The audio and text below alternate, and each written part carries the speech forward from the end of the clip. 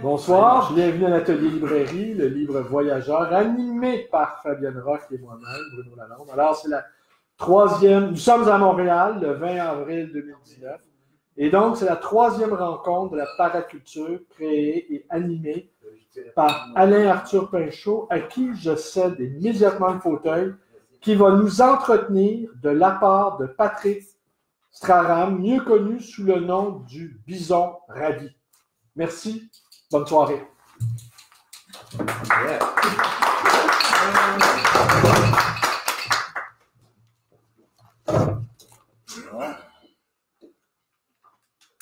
C'est bon ça. Trouves-tu que t'es beau?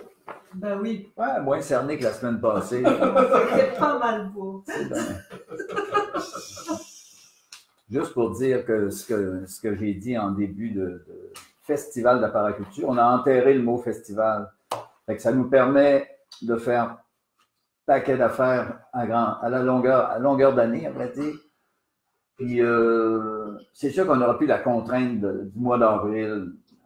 Ma joke de faire un festival, c'est vraiment faire un anti-festival de la contre-culture. Finalement, j'ai fait un festival de la paraculture. Ça fait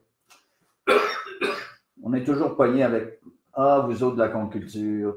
J'étais tanné de ça.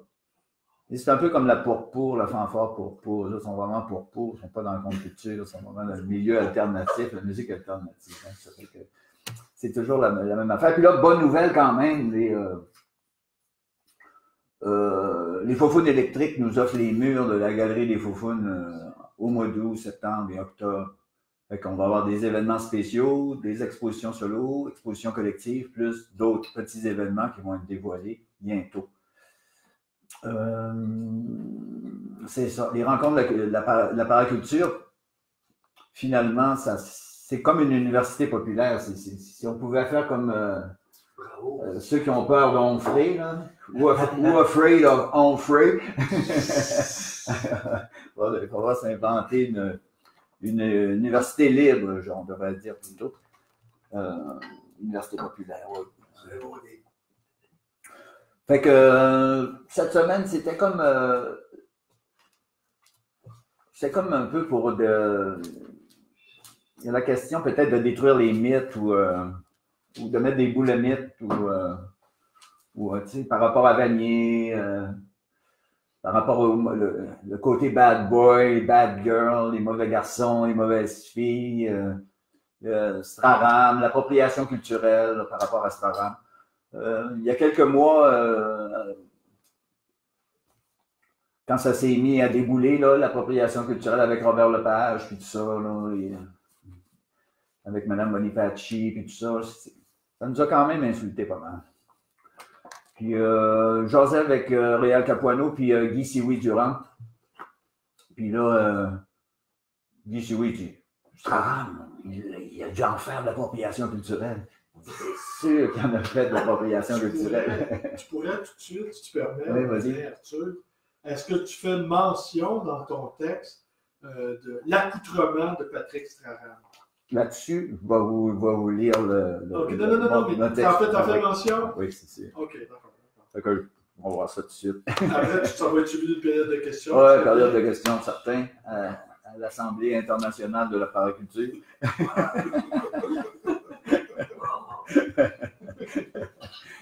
La conférence des débarrés. OK, c'est nous autres, on est la circonférence des débarrés. OK, puis à part ça, ça va bien. Puis étant la constante qui permet de déterminer le rayon qui permet de déterminer le cercle. Que le cercle ne se brise jamais, comme l'a dit la tradition musicale américaine. Sur les pas de Patrick Strahram, je vous lis ça. Premier essai, plus je le tapais ce matin, plus je trouvais qu'il manquait des bouts, mais en même temps, c'était le premier geste. Ça fait que ça permet justement de dire « Ah oui, ça prendrait ça, ça prendrait d'autres développements. » Puis toutes nos histoires sont confondues. Ça fait qu'à un moment donné, peut-être qu'il va falloir démêler ça. En ces temps de contestation de l'appropriation culturelle, le personnage de Strahram le Parisien du Théâtre des Champs-Élysées.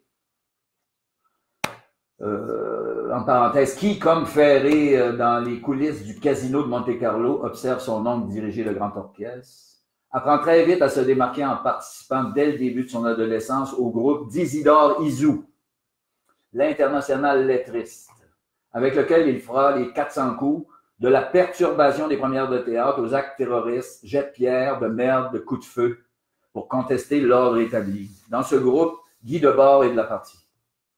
Cela préfigure le mouvement situationniste qui démarre en trombe après la dissolution du groupe lettriste et ils fondent la revue Potlatch en 1957. Tout début commence par la fin, comme on dirait. Dans le rituel Potlatch, il y a les rituels amérindiens, il y a les retrouvailles, il y a la destruction commune des richesses éphémères, il y a les fêtes et il y a le renouvellement génétique intertribal. Bien sûr, ça se passe dans le monde algonquin, surtout sur les plateaux dans le microclimat de la Wemontashi. Pas surprenant alors que Straham vienne s'installer au Canada en 1953, où il travaille l'autre bord des montagnes Rocheuses pendant 4 ans, avant de venir s'installer à Montréal pour enfin vivre et l'écrire, comme il l'écrit lui-même, comme leitmotiv. Son introduction aux cultures d'Aîné et Haïda a peut-être influencé son parcours américain. Un peu plus tard, on sait que son départ vers la Californie était précipité parce que sous la mire des polices, pendant les années de trouble avec le FLQ et ses accointances avec la gauche mondiale. Ça, il va y avoir quelque chose qu'on ne sait pas là. Quand il revient à Montréal après la crise d'octobre, son habillement s'est radicalement transformé. De l'époque existentialiste à l'époque beatnik. Ensuite, il revient de l'Ouest avec son bandeau, son manteau de daim, ses bagues, ses colliers, en fidèle conspirateur de Marx et Freud, bien sûr, entre le changer la vie et le transformer le monde, entre Bertolt Brecht et Henri Lefebvre. Il se rapproche très certainement de Sitting Bull et de Cochise. Déjà en 1957, en arrivant à Montréal, il fonde le cinéma Élysée et le premier festival du film. Il fréquente aussi bien les jeunes loups de l'ONF que les Godard, Jean-Luc Godard et Agnès Varda. Il collabore aux Écrits du Canada français. Il monte un collectif, Paysage pour un monde inventé. Que je vais vous montrer. On va nous montrer tantôt. Le nombre de fois il déménage, passe au feu et autres accidents de parcours lui font perdre des manuscrits, des archives précieuses, à la manière du consul de Malcolm Lowry dans Au-dessous du volcan. Les années 60 sont pour lui une école à air ouverte où il enseigne aussi bien à Gilles Carle qu'à Gilles Groux de l'Aigues-Saint-Pierre. Montréal devient son lieu d'agora et de rayonnement. Il fait sa tournée des Grands-Ducs avec Michel Simon et Vanier lors de la présence de Michel Simon à l'émission Le sel de la terre de Fernand Séguin. Ses lieux de prédilection sont l'Association Espagnola de son ami Pedro Rubio Dumont, qui fera naître la Casalou de ce cher Pierrot le Fou Léger, la Taverne du Trappeur avec l'immense Bison sur la rue Sainte-Catherine et la Veuve Wilson sur la rue Laurier. Sans oublier, bien sûr, la Cinémathèque québécoise, où il est un fidèle adepte. Il nous amène à voir des films comme La dialectique peut-elle casser des briques ou les films de la nouvelle vague. Straham rencontre un jour un gars du Saguenay. C'est sûr que dans ma vision de Straham, puis dans ma connaissance de Straham, c'est tout lié à Straham, il appelait ça la gang du Saguenay. Straham rencontre un jour un gars du Saguenay qui s'appelle Hervé Lapointe. Je ne sais pas comment la rencontre a eu lieu, mais déjà, Hervé était partenaire et ami de Régis Pinchot, mon frère de Vancouver, organisateur du Festival du film de Vancouver depuis 25 ans. André Duchesne, grand musicien, devant l'éternel du groupe Conventum, le leader du groupe Conventum. Lionel Arsenault, Ghislaine Lapierre et les frères Gagné, des cinéastes de l'Underground, que Straham appelle la gang du Saguenay. Lionel et Ghislaine étaient à l'Université de Montréal dans ce temps-là, en sexologie. Ils se sont installés dans un appartement de la rue Gatineau, entre le Bouvillon et le Café Campus à Montagne. Les appartements voisins furent bientôt occupés par Régis et Paul, par Jean Gagné et la famille Gagné et André Duchesne, qui travaille à ce moment-là sur la musique du film de Johnny qui s'appelle La tête au neutre. Johnny, lui, travaille à son montage avec les grosses machines.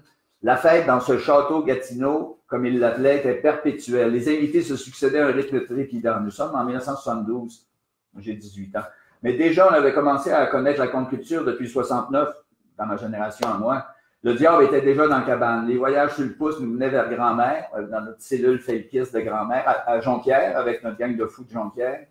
Trois-Rivières, la grande discothèque de l'Université du Québec à Trois-Rivières, qui était la plus belle grande piste de danse imaginable. À Québec, dans le Shawa Shawa, le café, comment ça s'appelait? Plein de beaux noms. On y allait en maudit à Québec, c'était vraiment fabuleux. Pour nous autres, on venait du Saguenay, bien sûr. Puis après ça, Montréal, puis aussi, c'est sûr, première fugue de ma vie, je suis allé au Festival Pop de Manceau. André Duchesne, dans ce temps-là, gagnait un concours de la chanson à Radio-Canada.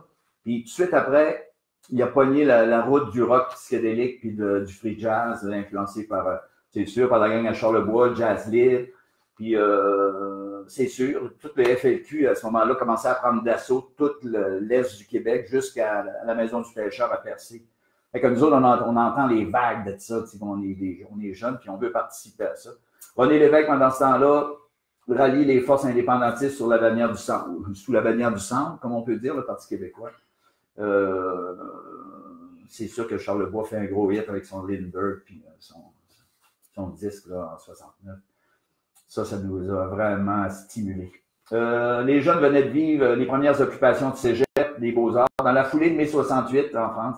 La contestation des jeunes d'Amérique en Californie surtout, puis ailleurs, les chars d'assaut russes qui envahissent la Tchécoslovaquie, ça nous a mis en rage. La guerre du Vietnam qui n'en finissait plus de finir. Léo Ferré qui sort ses 2 disques Amour et Anarchie, donc capoterait. Pour nous autres, c'était le top. Là. La jeunesse du Québec se libère des carcans libéraux et catholiques, le vent dans les voiles. Le vent dans les voiles. Roméo Bouchard, sur Facebook, disait qu'on a tellement viré de bord à la religion catholique d'une shot qu'on a oublié de travailler notre pathéisme. Je trouvais ça intéressant de la part d'un curé comme l'ancien curé comme Roméo Bouchard, qui a écrit Deux prêtres en colère en 1966, si je m'en rappelle bien, aux éditions du jour. OK, deuxième partie, les 22 juin 72, c'est ça, j'ai 18 ans, j'en peux plus de rester chez mes parents. Richard Langevin vient me chercher avec un camion et je déménage la journée même de mes 18 ans. Bye! Dans un gigantesque appartement au-dessus de la laiterie Mellon, avec le violoniste Bernard Cormier, Jean Bergeron, avec qui nous avons tissé des liens secondaires 5 et 4, au Parc des Patriotes à Jonquière et à Kenegami. Saint-Lô est partant aussi. C'est la première commune de notre gang. Il y en aura bien d'autres. Déjà la tête Jonquière et bientôt celui de Québec avant de s'installer définitivement à Montréal en 81. Ça fut 10 années extraordinaires. Déménagé par Richard Langevin une deuxième fois. Richard, il a toujours tendance à me déménager. Je ne sais pas pourquoi. Hey, Richard déménagera à New York la prochaine fois, ça me fait. L'attrait pour Jonquière s'est accentué depuis l'arrivée de Bill Saint-Georges à cause de l'ATM, Art et technologie des médias. Jonquière, tout d'un coup, il y a la section du cégep qui s'appelle Art et technologie des médias. Là, il y a des jeunes de partout qui viennent. Bill Saint-Georges, qui est devenu président de Sony Music Canada. Valier April, qui a fait du graphisme pour toutes les show bands que tu peux imaginer. Paul et André Larocque, Paul qui est anchorman à TVA, André qui est directeur de fondation un peu partout. Et les autres sont devenus des grandes vedettes. Nous autres, on les a connus dans notre jeunesse. Ils ont fondé la Plug Rose, dans le genre. Les autres, leur groupe de production, ils font de la Plug Rose. Ils nous invitent, nous autres, Cano, Abitibi, toute une gang. Les autres, ils produisaient. Ils étaient déjà des organisateurs culturels hors pair. Ces jeunes-là louent le sous-sol de l'hôtel Jonquière. Puis ils créent une discothèque La Source avec une gigantesque piste de danse qui deviendra le Café Campus de Jonquière. Ça a duré 12 ans. Mais 12 ans, là, c'est dans le genre 400, 500 là, jeunes, là, comme le Café Campus à Jonquière, à Montréal. C'est pour ça qu'ils ont fait ça comme ça. On peut penser que c'est le lancement de 10 ans de culture underground, contre-culturelle, artistique, alternative. Un périple éblouissant et étourdissant au Saguenay. Il faut que je raconte ça de long en large un de ces jours. Les histoires en parallèle du héron tapis levé, anagramme de Hervé Lapointe, de Régis Pinchot, André Duchesne, Jean Gagné, avec des organismes comme l'Atelier d'expression multidisciplinaire qui organisent des fabriques. Dans ces fabriques-là, il y a Pauline Julien qui fait la fabrique d'une chanson, Staram qui fait la fabrique d'un livre, Gilles qui fait la d'un film. On a comme une espèce d'école libre, une université libre. Puis ça, c'est vraiment passionnant. Puis à un moment donné, il y a Jocelyn Pagé qui arrive là, puis il dit, on devrait organiser la rencontre internationale de la contre-culture là, avec Burroughs, puis Ginsberg, puis tout ça. Ben, ça, ça s'est effectivement passé, une semaine complète, avec en 75. Tout est filmé pendant des heures, on les faire gagner. L'Université de Montréal a digitalisé le film, une semaine dans la vie de camarades, 4h30 de stock shot, là, mais c'est pas mal intéressant à voir. Après ça, la gang ce qu'on appelle la gang de Conventum, eux autres, ils arrivent déjà en 73 à la galerie Espace, qui est la galerie de l'Association des sculpteurs, où il y a Serge Gagné qui est secrétaire de l'Association des sculpteurs. Régis s'occupe Régis Pinchot s'occupe de la galerie Espace. Le Conventum naît comme un café. Puis là, le groupe de musique André se forme, il crée sous le nom de Conventum. Puis ça n'a pas pris grand temps que l'Association des sculpteurs n'a pas voulu acheter le building. Puis là, les gagnés Pinchot se sont mis ensemble, puis ont décidé d'acheter le building. On a créé le centre d'essai Conventum. Ça aussi, ça a été une grande époque, ça a duré 10 ans. 10 ans complets, là, avec plein de trucs, du son sur sanguinette avec tous les groupes les plus d'avant-garde. Moi, j'ai créé le Nez théâtral en 1977 avec 15 troupes de théâtre. Ça aussi, l'histoire de ça, là, ça s'en va jusqu'à la création du bar A. Le bar A qui correspond à la semaine A, puis au mois des artistes de Serge Lemoine, qui lui avait créé ça en 1964 ou 65, là, la semaine A, avec son A de dessiné. Ça fait que Serge, qui était un bon ami de nous autres, on a décidé d'appeler ça le bar A. Puis, fait qu'on a créé comme un bar en dessous de notre théâtre, parce que le centre d'essai est devenu un théâtre, mais le théâtre, on l'a construit tranquillement, pas vite, avec Jean Gauguin-Larouche. Puis avec Jean Gauguin, pendant tout un été de temps, on a construit une estrade à roulettes. Hein? On a construit une grosse estrade à roulettes. On pouvait déplacer l'estrade de 60 personnes. C'était absolument fabuleux. Oui, c'était absolument fabuleux. Puis c'est ça, mais la gang de Conventum, il y a toujours Straram dans les parages. Hein? Straram, il est toujours là. Il est là dans les fabriques, il est là dans la rencontre internationale de la contre-culture. Il est là dans les premiers films des Frères Gagné. Il est là. Nous autres, on va le voir, on va toujours le voir un peu partout où il est. On le suit, là, même jusqu'au Blues Clair, là, le bar qu'ils ont nommé, maintenant ça s'appelle le Yerman, mais avant c'était le Blues Clair, le propriétaire de l'hôtel. Hein? Sur Maisonneuve. Oui, sur Maisonneuve, effectivement. Jusqu'au silence. Fait qu'en même temps que tout se passe ça à Montréal, nous autres, on fait toujours des allers-retours Montréal-Saguenay. Nous autres, pendant que les autres créent toutes ces compagnies-là, Festival des films, ces tablettes, j'en passe. Nous autres, en même temps qu'on vient à Montréal, qu'on travaille à Montréal avec la gang de Conventum, on crée la Maison du Québec 89, on crée la librairie En train d'être. Moi, je crée la librairie En train d'être en 73. En train d'être, ça vient d'un graffiti folk rock, un livre fait par l'obscène Nyctalope de Louis Geoffroy, avec parti pris, qui s'appelle En train d'être en train vers ou être Québec. C'est comme son graffiti, son journal graffiti de Californie. Fait que moi, je décide de prendre ce nom-là, d'appeler ça la librairie En train d'être. Librairie qui a duré 1 an et demi à peu près. Puis après ça, il est devenu le centre de documentation et de recherche En train d'être. Puis après ça, tout de suite après ça, on a fondé le Café du Cran, la Galerie de l'Arche, le centre d'expérimentation musicale qui existe encore aujourd'hui. Puis qui, depuis 1 an, quand ils font des événements, ils diffusent en direct sur Facebook.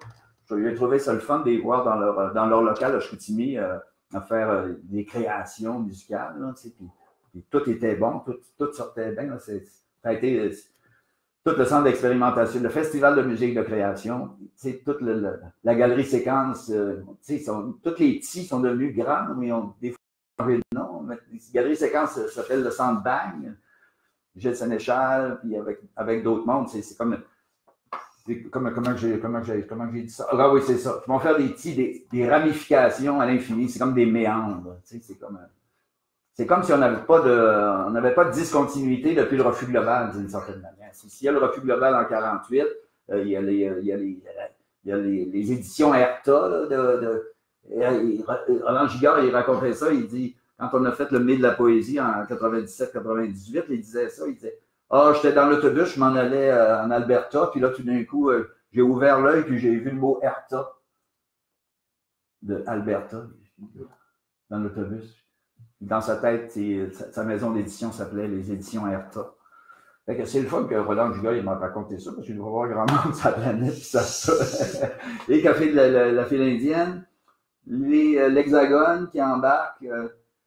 Tu sais, j'ai comme l'impression qu'il n'y a pas de discontinuité. C'est comme les premiers shows performances de Serge Lemoine avec la gang, Suzanne Verdal, Claude Péloquin, Sauvageau, Roland Béchard. Eux autres sont tous ensemble à l'ouverture du musée d'art contemporain, la gang de jeunes. Eux autres s'appellent le groupe Les Irmates, avec Péloquin, bien sûr, qui est dans ce groupe-là. Ça s'appelle le groupe Les Irmates. C'est tout de suite après le groupe Nouvel Âge, si je me rappelle bien. Mais c'est toute l'histoire contre-culturelle est comme toute tissée là, dans le... C'est certain à cause des Lone Rangers, Armand Vaillancourt, Claude Gauvreau, Gilbert Langevin, Patrick Straham, Serge Lemoine, ces autres, c'est comme je les appelle les Lone Rangers. Dans Québec Underground, ils les appellent comme ça aussi. OK, Patrick Straham a influencé nos vies jusqu'à quel point se sentir comme ça, avec ou sans initiation, n'est pas chaman qui veut. Un bison ravi se doit d'avoir une femelle dans la plaine. Se sauver d'un pays, pourquoi? Nous le saurons un jour quand un recherchiste trouvera la preuve irréfutable qu'il n'a pas fait son service militaire parce qu'il s'est fait passer pour fou et qu'il est parti en exil, révoqué de l'armée ou autre vice de forme, mystère et boule de gomme. Mais oui, c'est ça. Pour ma génération, née en 54-69, qu'est-ce que je voulais dire par rapport à ça? Ah oui, j'ai découvert à l'atelier librairie Le Livre Voyageur un numéro de la barre du jour où Straham écrit un livre qui s'appelle Métagraphie, la semaine passée, il y a 2 semaines. Et là, j'ai découvert une affaire que je ne savais pas, c'est que quand il a été arrêté par les polices en France en 1953, il faisait comme du Alfred Jarry, il voulait faire peur aux bourgeois, il y avait un gun, et il s'est mis à tirer du gun. Fait qu'il s'est fait arrêter par les polices. Ils l'ont envoyé à l'hôpital psychiatrique. Et là, l'hôpital psychiatrique, c'est ça qu'il raconte dans le livre en question, là, les métagraphies, quand il parle des métagraphies, que il a réussi à sortir de là parce que la mère à Guy Lebord lui offrait un appartement. Il était déjà avec sa première femme où elle est enceinte. Après ça, c'est Samuel Beckett qui signe le papier pour le faire sortir de là parce qu'il donne une job. Fait que là, il y a un appartement, il y a une job, puis ses parents sont quand même assez connus. Ça fait qu'il arrive à sortir de là. Mais comment qu'il est... Après ça, pourquoi il est parti de Paris, je ne le sais pas. OK. Juste pour anecdoter, ma génération, moi je suis dans 54. En 69, les premiers joints circulent en écoutant Léonard Cohen. Le premier 1er juin, première fois qu'on écoute Léonard Cohen, on rit tous comme des malades, puis personne ne connaît l'anglais, puis on écoute ça comme si c'était un dieu. C'est resté comme ça. Les amis, à ce moment-là, me poussent vers la présidence de l'école secondaire Guillaume Tremblay avec Richard Langevin puis Jacques Saint-Laurent. Richard Langevin, c'est le mari de Diane Dufresne maintenant. Les autres, dans l'aventure du syndicalisme étudiant de l'animation culturelle, nous initions la création d'un café qui s'appelle le Café Tula. On aimait beaucoup Olivier Guimond, hein? Le café-là. Hein? Au pavillon Saint-Mathieu. La crise d'octobre nous tombe dessus, ça va sur la province avec la loi des mesures de guerre. Fini la révolution tranquille, 10 ans d'espoir et de soubresaut. Et là, c'est la déconfiture qui nous fera tomber dans l'underground, la contre-culture d'une manière irrévocable. Même après avoir abandonné la lutte armée. Que René Lévesque nous dit, abandonner la lutte armée, là, il faut rallier les troupes. Puis c'est ça, j'étais jeune dans ce temps-là. Notre goût pour la marge avait fini par nous déconditionner de l'univers marchand tout en nous rapprochant des artistes et des producteurs d'événements. Descendre ou monter à Montréal, au Chat Noir pour acheter du hash, voir les tennis after au forum, faire des visites chez Régis où nous faisons la fête avec les joueurs de poker, Patrick Straham, Foglia, Banco Nuevo, Denise Boucher, Serge Quentin, collègue de Régis, champion de course en moto, fondateur du Café Campus à Montréal. Des sorties en ville nous amènent à l'Association espagnole où nous rencontrons une faune bigarrée de la boîte Overground que Pierrot Léger appelait, la Casanou. Avec Plume, Dr Landry, le premier long jeu trinitaire où on va chez Dieu, là, il ne laisse pas rentrer parce qu'on je dis trop jeune. Trop. Je pense qu'on n'avait même pas l'âge, je ne me rappelle plus.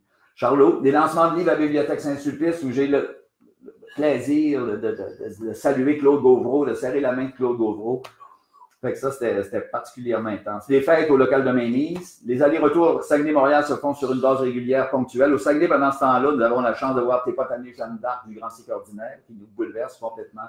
Le show du Gué Téloquin ou avec Sauvageau, avec le grand écran géant et la musique électronique de Sauvageau. Ça nous avait vraiment impressionné. On est devenus des fans du Gué aussi parce que c'était du Gué tout de suite après l'Infonie. C'était vraiment bon.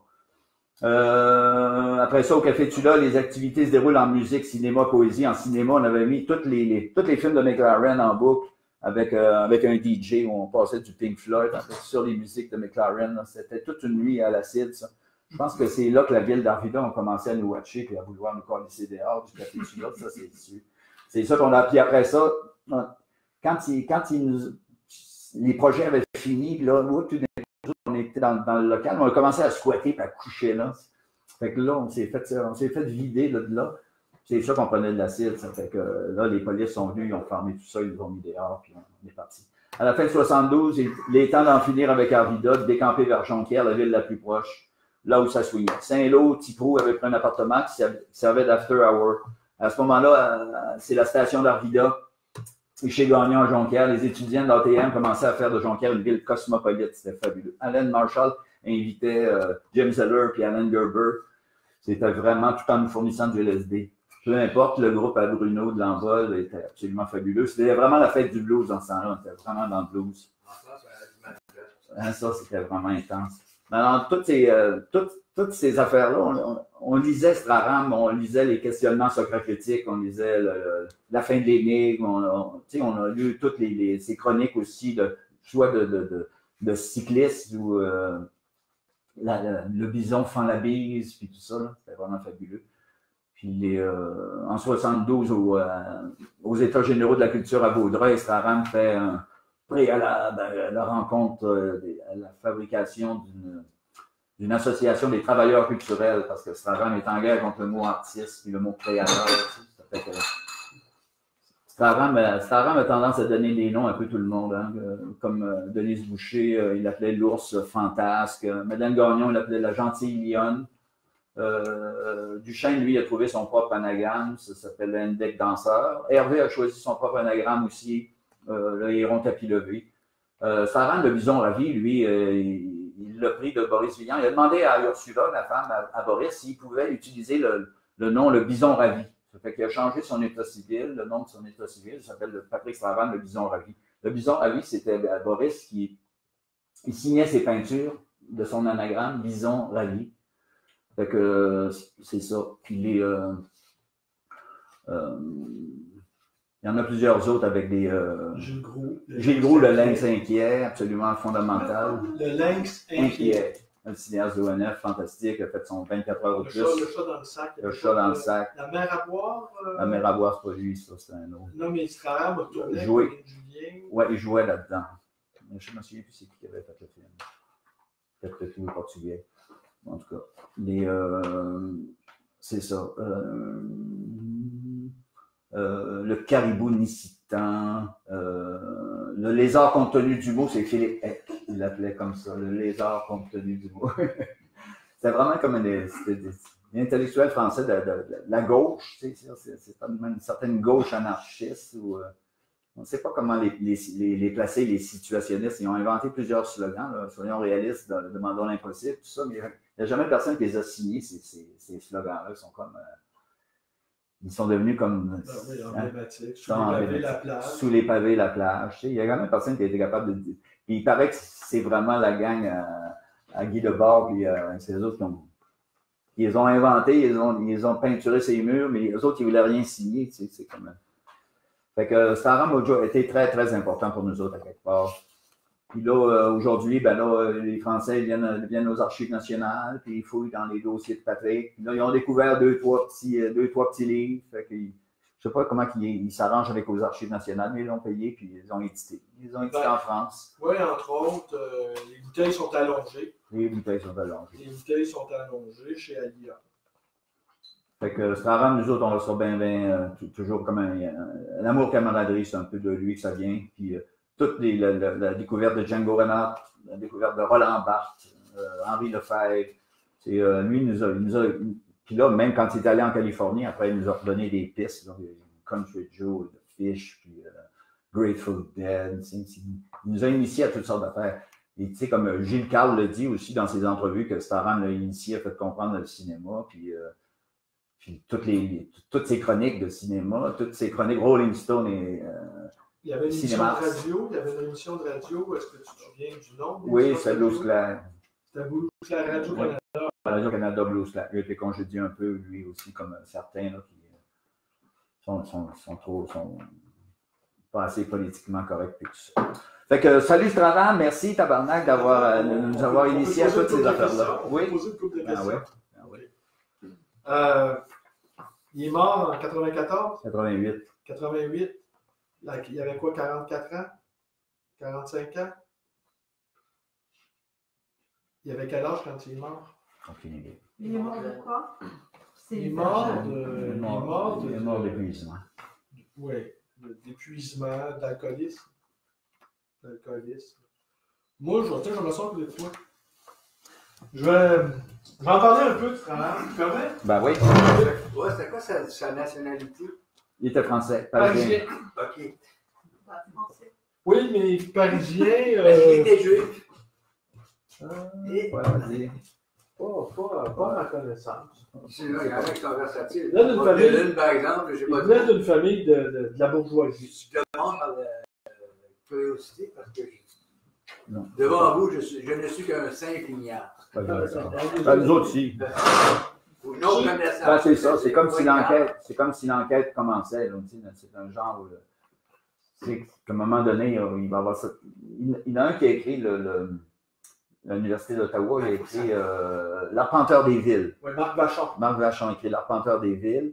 Puis c'est sûr qu'à un moment donné, ce serait bien de faire une édition de toutes les chroniques qu'il a pu écrire dans les revues, comme la revue Chronique, là, en Cinéma Québec. On Donc, a hein. une question aussi. Ouais, y a-t-il un équivalent du Corée Saint-Louis à Jonquière? Parce que tu parles beaucoup de Jonquière, il y avait oui. un gros en mais y a-t-il un équivalent? Oui, c'était vraiment la rue Saint-Dominique. C'est Saint-Dominique? Ouais, c'est là où il y a eu les émeutes avec Pagliaro, puis il y a eu beaucoup d'affaires qui se sont passées là. Puis maintenant, là, ils ont tout détruit comme le patrimoine architectural d'origine qui a été transformé. Il avait des bars et des bars et des bars et des bars. Puis maintenant, il n'en reste presque plus. Il reste toujours l'Envol qui est là. Puis le Café Côté-Cour qui est sur l'autre rue principale vers le cégep. Mais Jonquière, ça a perdu un peu de son lustre. Puis Chicoutimi, il est en train de redorer le blason. là. C'est-à-dire qu'il y a beaucoup d'artistes qui sont déménagés à Chicoutimi maintenant. Puis il y a beaucoup d'artistes aussi qui sont au Lac-Saint-Jean, il y a toujours eu comme une division entre le Lac-Saint-Jean et le Saguenay. Mais Alma aussi sans parler du Lac-Saint-Jean Sound, là, avec les groupes Galaxy puis tout ça, là, les Dale Howard Chuck puis tout ça. Puis la gang de Chicoutimi sont plus intellectuels, musique actuelle. Les Dale Howard Chuck, c'est un groupe de rock. C'est un joueur de hockey, les Jets de Winnipeg. Oui, qui a accepté que le groupe. Ouais, c'est pas mal bon, moi Ouais, j'aime ça. oui, C'est pas mal bon. bizarre. Non, parce que le Corée Saint-Louis a réussi à garder son existence. On se rappelle du Corée Saint-Louis, mais à Jonquière, la rue Saint-Dominique. Oui, c'est la rue Saint-Dominique. Comme ils ont rasé tout ça, on a comme perdu l'histoire, les traces. Oui, il y a la toune à plume, là, sous comme une botte assis au bas, pas loin de la porte. Je regarde danser les Black Tables sur une vieille toune d'Eddie Mitchell. Ça, c'est la toune Jonquière est restée C'est les célèbre. Gaulois, c'est une équipe de football, ça? Les Gaulois? C'est au football, hein? Une question posée? Ben, d'autres moi, questions? j'aurais un point ou deux, si tu permets. Oui, vas-y, je te laisse. Oui, d'accord, tu me laisses. OK, voilà. Merci, bravo. Ah, merci. Merci à Arthur. C'est beau parce qu'en lisant, tu dis, OK, là, je devrais parler de cette Ben oui, période-là, ben oui. puis l'autre période, puis là, comme à un moment donné, si ça va faire un assez gros livre, cette affaire-là. Là. Ben, C'est qui va le faire? comme tu l'as bien souligné, en reliant tous les événements et toutes les animations culturelles et toutes les créations de laboratoires, d'ateliers, Straram était un extraordinaire agrégateur. Il trouvait le moyen de mettre les gens en contact les uns avec les autres. Et tu mentionnais au début de ton intervention qu'il avait été proche d'Isidore Izou. Et Isidore Izou avait organisé un boycott du Festival de Cannes. Et il y avait Charlie Chaplin avait été le Festival de Cannes, je pense qu'il y a 60 ans aujourd'hui, ou 70 ans, qui est fondé aux alentours des années 50.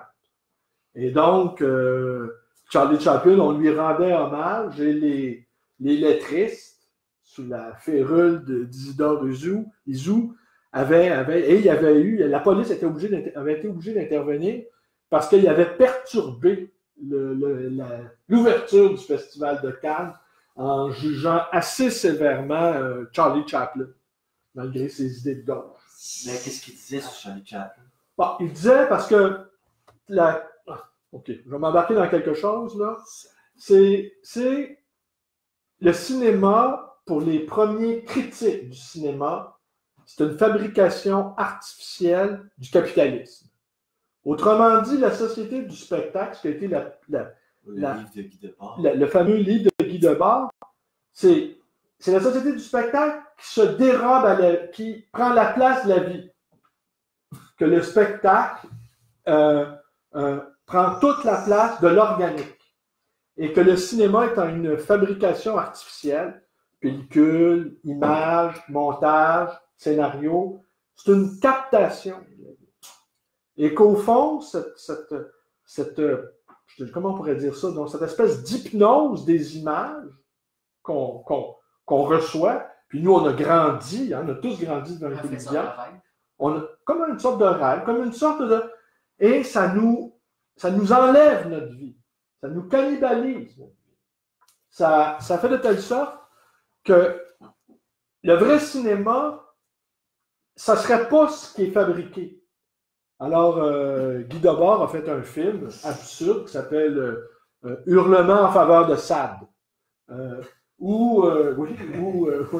m'excuse de faire preuve de ce genre d'érudition-là un peu étonnante.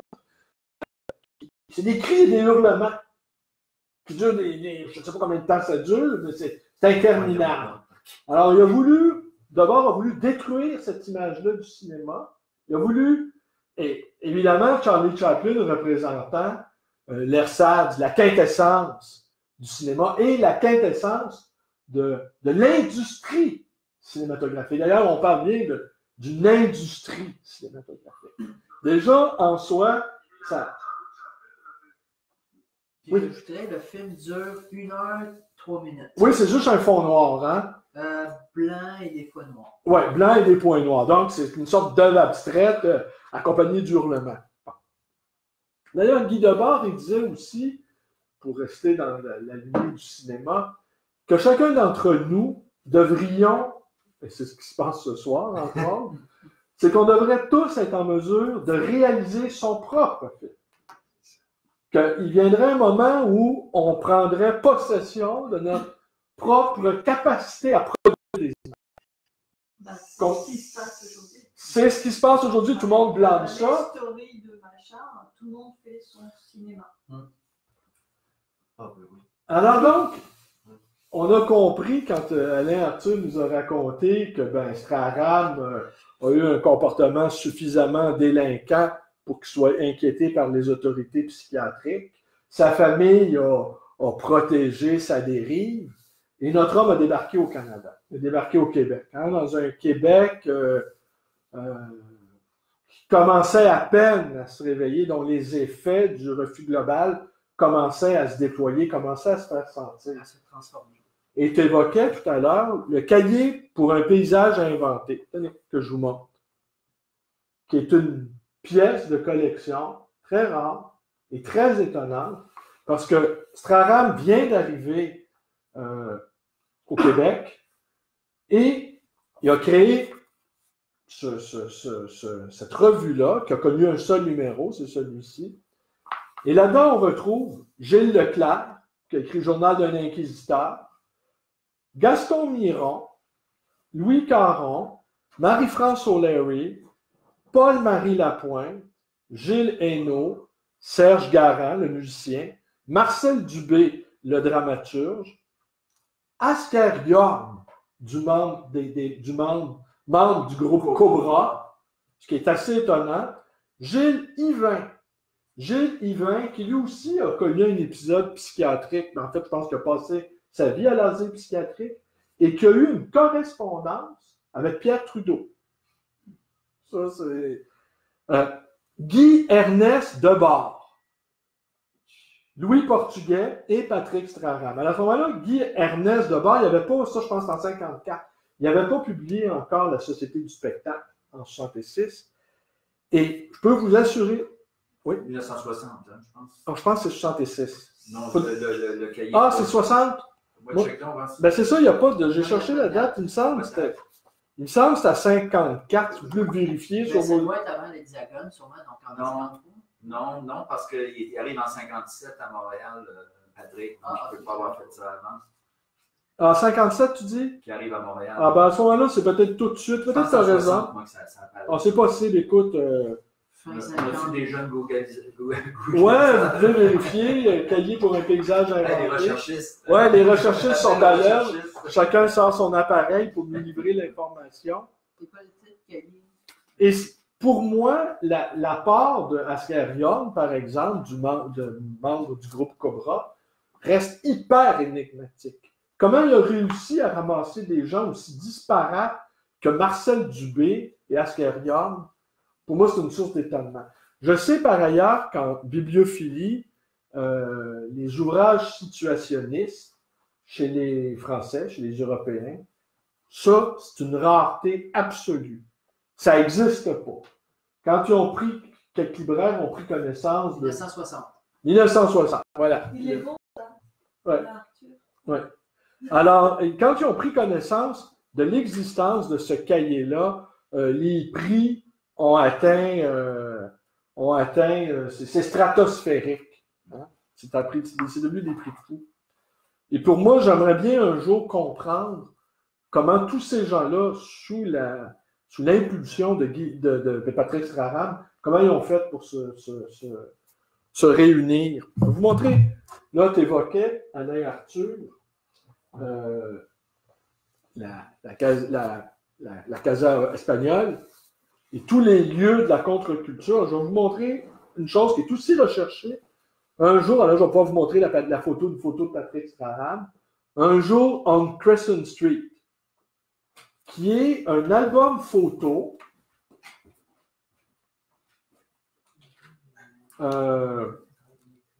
et c'est des photographies de Vittorio, le célèbre affichiste Vittorio, à qui on doit le petit bonhomme du festival Juste pour rire.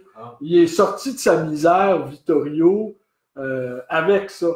Hein? Il est devenu pas mal riche en vendant les droits d'auteur du petit bonhomme vert, là, qui, on pourra dire du petit bonhomme vert que Roson n'aura pas abusé de lui. Enfin, il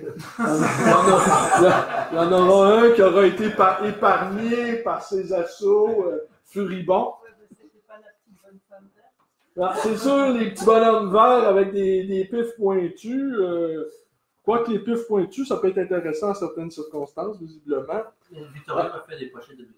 Oui, il a fait des pochettes de musique, d'Offenbach, entre autres. Alors ça a été, cet album-là, On Crescent Street, c'est un album photo, 1972, et il n'y a que des photos. Alors, il y a des photos de Vittorio et de Guy Bormann aussi, qui est un autre photographe très important.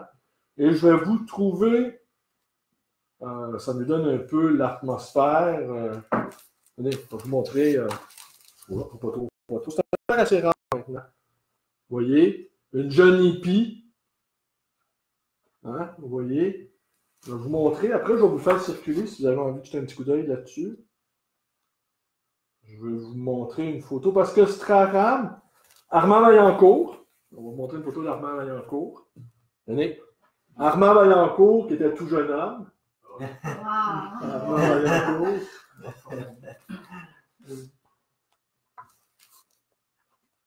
Alors, je veux trouver mon Straham. On va en trouver une. Je sais qu'il y en a 2, 3 dedans. Regarde au sommaire. Je ne sais pas s'il y a un Dans sommaire. l'index. Ah, voilà. Alors, vous allez voir, on a Straham ici. Vous voyez, À droite, à gauche. les deux. C'est Avec qui- le bandeau. C'est qui l'homme avec la cravate à droite? L'homme avec la cravate. Je pense que c'est Pedro. C'est le propriétaire de la Casa Espagnole. Oui, il ressemble à Pedro. C'est Pedro. C'est le propriétaire. Il paye- C'était un il- vrai espagnol. Oui, Oui, c'est un. qui était un républicain. Hein? Ouais, Il y avait... républicain, la Révolution espagnole, il s'est sauvé au Canada. Straham, il ne payait rien quand il allait voir Alors, vous voyez? espagnole. Alors là, on le voit. On voit Patrick Straham en Payé en 1972. chanson.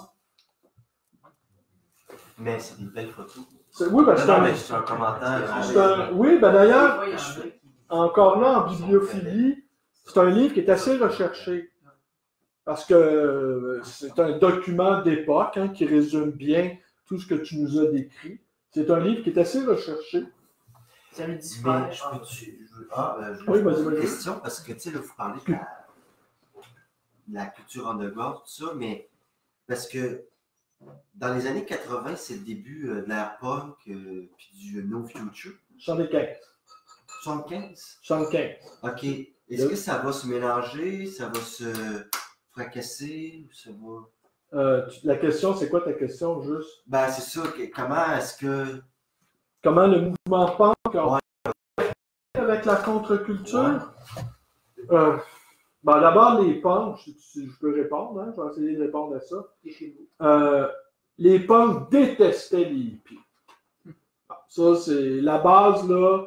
Il y avait une haine viscérale des hippies. Ça, pour eux, c'était des utopistes. No future, hein, ça le dit. Il n'y a plus d'utopie. Toutes les grandes idées généreuses, humanistes, d'évolution, les punks ont dit fuck off à ça. Alors, les idées généreuses de la contre-culture, les punks avaient ça en horreur. Et tout l'establishment rock, dont les Rolling Stones, entre autres, étaient la figure honnie par excellence, provoquait le courroux des punks, provoquait la détestation des punks. Ce qu'on appelait, puis qu'ils ont fini par appeler le corporate rock. De la même manière que les lettristes dénonçaient l'industrie du cinéma, les punks ont dénoncé la culture du rock, dont les hippies étaient les propagateurs. Alors, il y a une rupture ici. Il y a une rupture, en tout cas à mon sens, il y a une rupture très forte que les adeptes de la contre-culture ont ressenti vivement. Moi, pour ma part, j'ai connu les deux époques. Je me souviens d'avoir acheté en 1975 Nevermind the Bollock des Sex Pistols. Et pour moi, c'était invraisemblable qu'un band de musique, si on peut dire, les gars, ils ne savaient pas jouer. Ils ont précisément été enrôlés par Malcolm McLaren, qui avait une boutique de vêtements sur King's Road à Londres et qui, en un été, a créé le mouvement punk. Mais les gars, c'était des poivrons, c'était des incultes. Ils s'en calissaient. Ils les ont vus sur la rue marcher. Ils disent, tenez, vous autres, on va partir un band avec vous autres. Ils disent, hey, un band!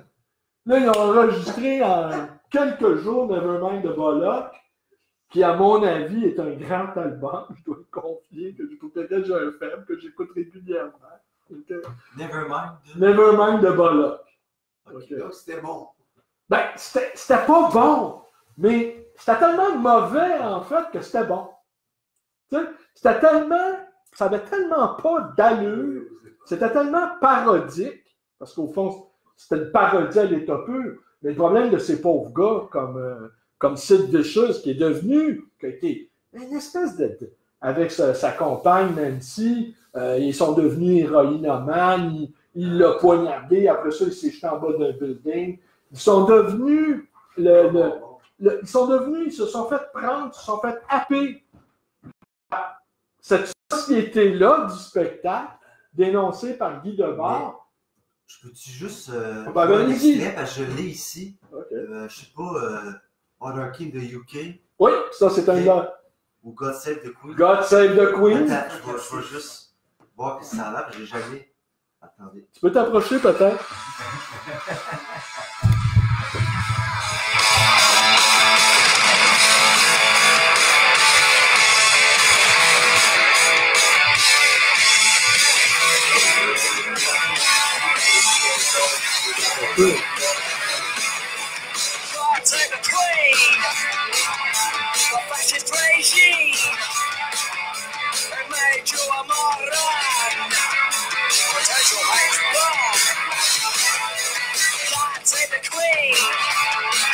Je vais jouer une autre.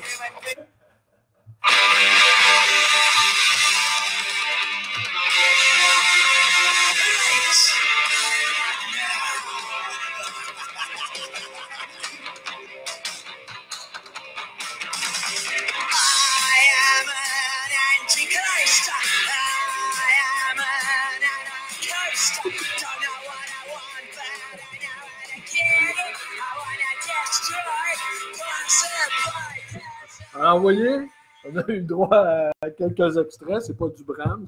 Vous l'avez. C'est quand même, hein, Bruno, c'est Oui. quand même étrange que le mouvement punk soit allé dans une boutique De vêtements. justement, de vêtements et tout ça, avec les épingles à couche et les Ouais. trucs de même, parce que le mouvement hippies, là, il est né dans une boutique de vêtements aussi, au coin de Haight et Ashbury à San Francisco. Absolument. C'est pour ça que le mot hip il vient d'un acronyme. Ça vient de Haight et Ashbury Independent Producer. Absolument. Et là, ça, c'est des producteurs indépendants qui étaient sur le bord du parc en question, où tous les jeunes hippies de 14-15 ans se ramassaient, puis ils s'achetaient des t-shirts, ils s'achetaient des bracelets, tout ça. Fait que le mot, l'acronyme HIP, HIP, ça sont devenus les hippies. Fait que c'est sûr, parce que ces commerçants-là ont vu toute la joie arriver dans les parcs de Californie, ça fait qu'ils en ont profité vraiment pour et la drogue, et le linge, et les t-shirts, et les gabinets, avec les marques, là, les fausses marques, et tout ça. Mais si je peux juste faire un dernier commentaire, je ne vais pas te voler la vedette. Mais moi, ça a l'air sûr que je n'ai pas volé la vedette. Anti-végétarien, ouais. Mais les hippies, leur déclin, ça a commencé avec Charles Manson. Hein? Oui. Moi, C'est un des trois affaires. Il n'y a pas juste ça. Non, le show des c'est Rolling mais Stones. c'est l'une des causes, puisqu'il a commencé à s'habiller, fait que ça a comme, oh, on va pas. Ben, le show des Rolling Stones Ah, à Altamont, là, où les Hells Angels avaient assuré le service de sécurité. Ils ont poignardé quelqu'un. Et ils ont tué quelqu'un de bâton de billard. Qu'est-ce qu'elle fait? Les Hells Angels, qui étaient à ce moment-là une gang de sympathiques anarchistes, on va dire. Avant de devenir des corporates, eux autres aussi. Il y a quelqu'un qui a voulu monter sur stage, puis là, eux, par la sécurité, ils l'ont pris à terre, puis ils l'ont battu. Il y a eu 3-4 coups de couteau dans l'estomac. Ce que je voudrais revenir sur. Je voudrais revenir aussi sur Straham, si vous permettez. Ben, moi, j'aimerais juste avant, parce que je vais revenir aussi un peu, pour revenir avec Crescent, puis ce qu'il disait à propos de Jonquière avec l'écran de Carl Saint-Louis, c'est tous des éléments qu'on a l'impression que c'est tout effacé, on a oublié. Parce que avant que tu en parles, Alain, Arthur, Oui, Arthur. Ouais, Arthur, je ne veux pas te tromper. Mais je ne savais même pas qu'à Jonquière, il y avait eu ce genre de mouvement-là qui est effacé. Corée Saint-Louis, parce qu'on en parle, puis il est encore là, on le voit, mais à Jonquière, on ne le voit plus vraiment. Mais Crescent aussi, là, voir des éléments comme ça, des photos que tu as montrées, aujourd'hui, je n'associe pas à ça. Ouais. La France, tout ça.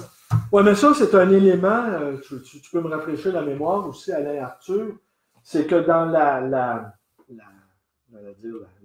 doxa situationniste, la dérive urbaine fait partie de la démarche intellectuelle. C'est-à-dire, tu te promènes sans but, parce que tu as retrouvé ta liberté. Il faut comprendre semble que là, tu as échappé au dictat du travail, tu as échappé la révolution marxienne qui nous libère du travail est enfin survenue.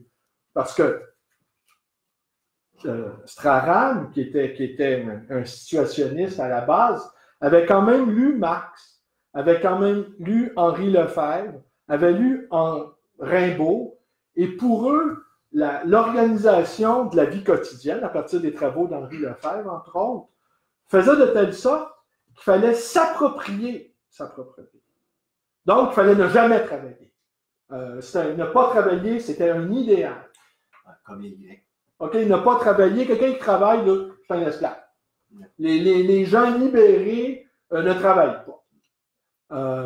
Mais par contre, ils ne sont pas nécessairement des oisifs. Ils peuvent étudier, peuvent échanger, peuvent se rencontrer, peuvent créer des lieux, peuvent dériver dans la ville.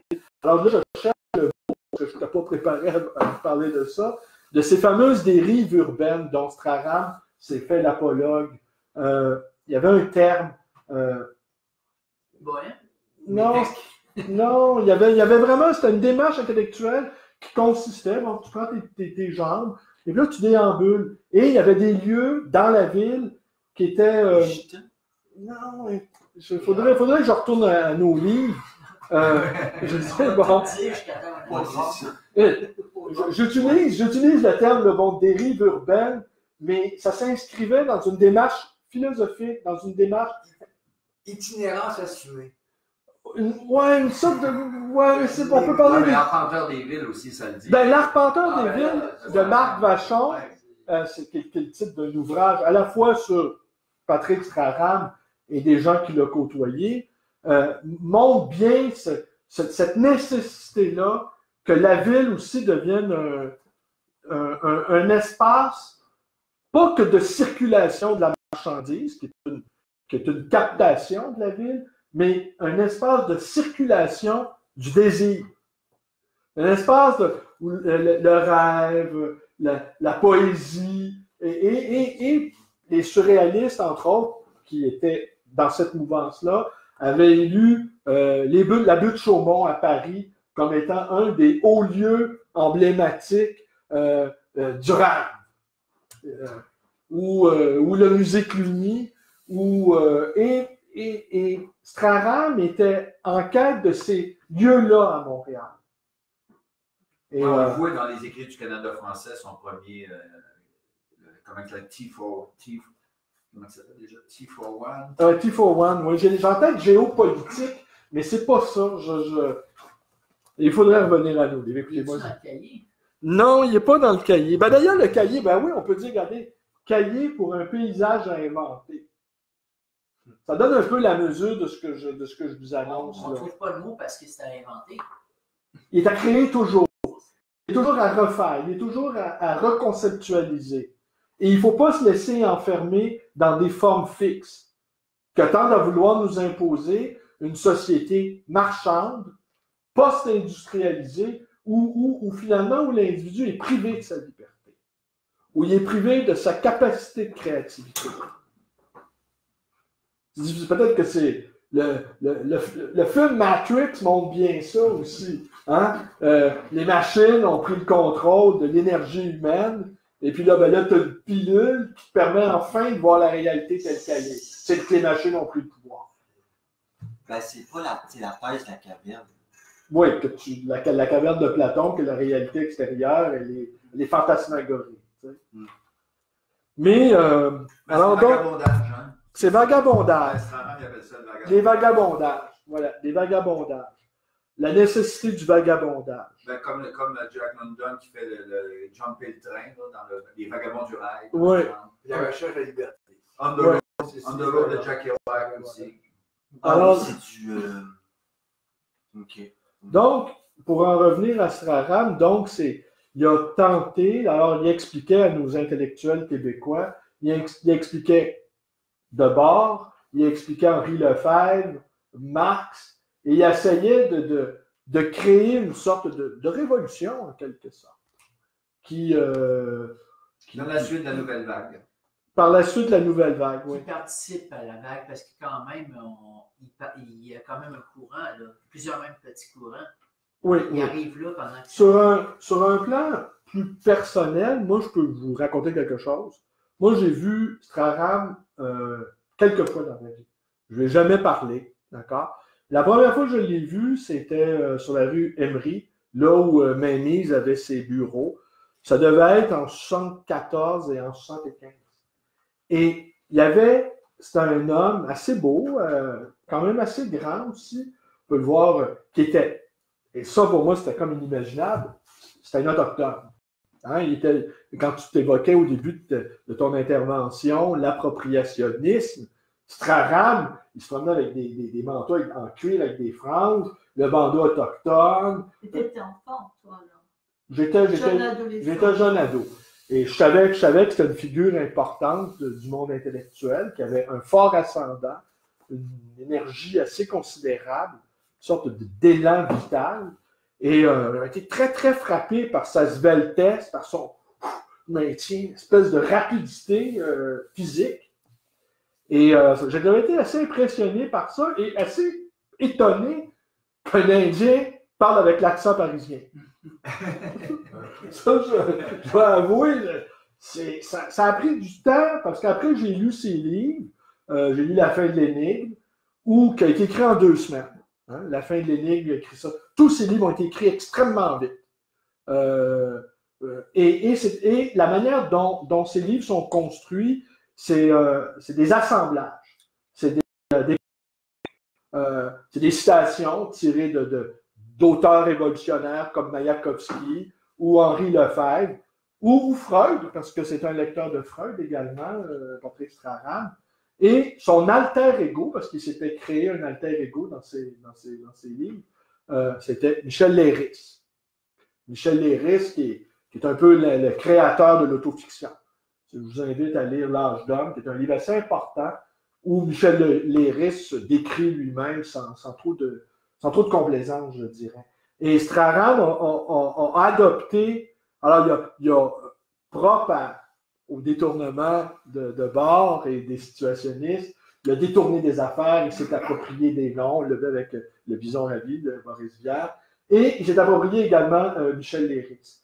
Alors tous ces livres sont écrits très très rapidement, c'est des assemblages de citations, avec des explications de texte, et tout à coup, des incursions de sa propre vie privée dans le texte.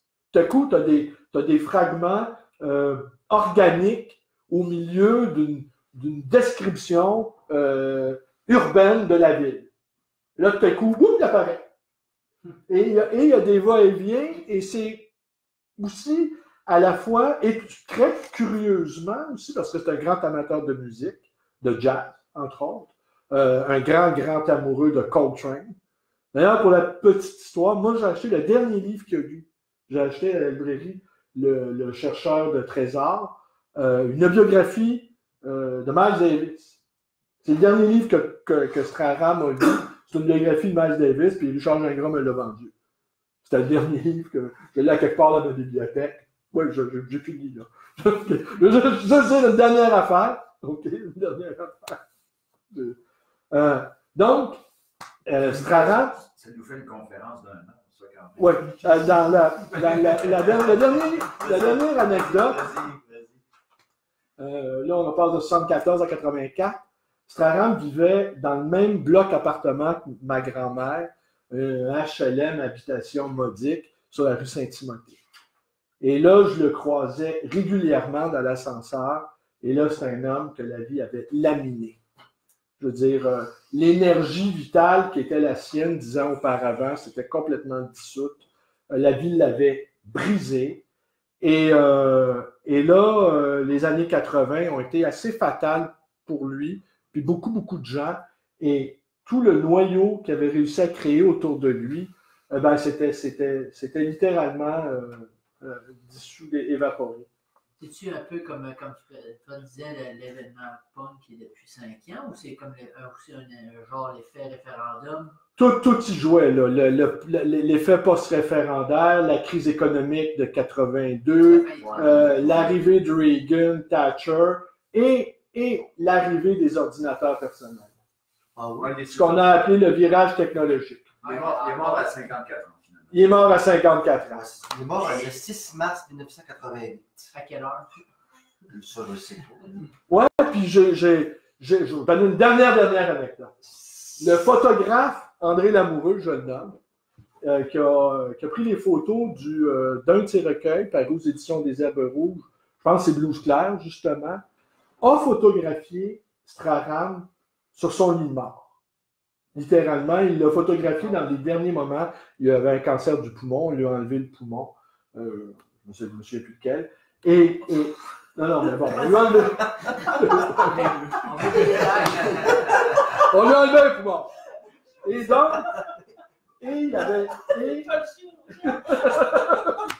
Non, je ne l'ai pas enlevé moi-même le poumon. Mais je vous dis ça parce que moi, j'ai vu ces photos-là. Le photographe en question me les a montrées quand j'étais à Côte-des-Neiges, dans un portfolio, des photos en noir et blanc. Très, très émouvantes, très inquiétantes, parce que l'homme était en fin de vie et il avait subi donc ces opérations-là chirurgicales. Et il avait demandé à ce photographe-là de les publier après sa mort. Ce que le photographe n'a jamais fait. Pourquoi? Parce qu'il s'était approprié la souffrance de Patrick Straham. Il se sentait coupable ou... Non. Il jugeait que c'était à lui, il l'avait absorbé, il l'avait cannibalisé, et moi j'avais essayé de le convaincre de le publier parce qu'il m'avait confié que c'était le désir de Straham que ces photos-là soient publiées. Sa dernière demande. C'était sa dernière demande. Et plus de 30 ans plus tard, la demande n'a toujours pas été. Alors, si un jour il entend ça, OK, alors c'est tout pour aujourd'hui, pour moi. Alors,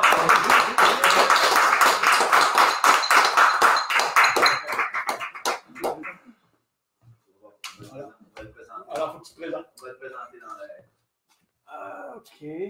Bon. Alors, mon nom est Martin Poirier, scénariste et poète. Moi, j'ai décidé de vous parler de Claude Gauvreau, parce que Claude Gauvreau, c'est une personnalité qui est charnière dans mon développement personnel, mon développement artistique. Et puis, je m'identifie beaucoup à son parcours, à son obsession envers sa muse imperméable. Et puis, malgré que moi, j'ai jamais osé me lancer dans l'écriture automatiste, parce que je me dis que ça lui appartient, je calcule que la poésie de Gauvreau habite ma poésie à moi aussi. Là.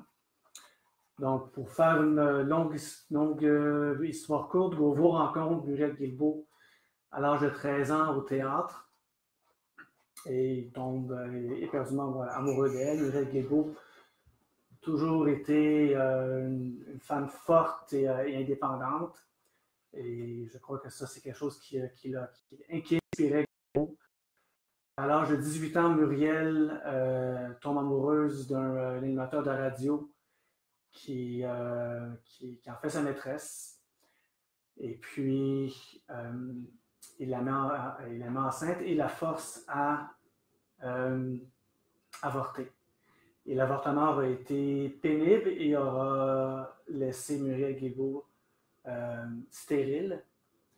Et depuis cet épisode-là, Muriel sombre dans l'alcoolisme et dans une dépression. Elle se suicide à 29 ans. Et suite au suicide de sa muse, Claude Gauvreau a viré fou. Il a passé 10 ans en internement à Saint-Jean-de-Dieu. Dans ces 10 années-là, il a écrit poèmes de détention. Je vais vous lire quelques extraits. Et moi, je suis à veille de terminer mon premier recueil. Donc, c'est tout chaud. Et à la fin de mon recueil, j'ai décidé d'écrire un poème hommage à pour le point de détention de Claude Gauvreau. Je vais vous partager en primeur ce poème-là. Donc, l'urgence d'apparaître. Les cow-boys au museau d'Angéline, narquoise de la tuerie plébéienne. Il y a du tchal par-dessus le parniquat de la muselière cendrée. Les gars ont des mitaines aux oreilles. Le sermon s'enlise dans la lisse chiasse avec les excréments d'évêques. Ah oui, une beauté mugée comme des flots doloris. Sur les exaltations des muguets, les possédants possèdent la cime rose.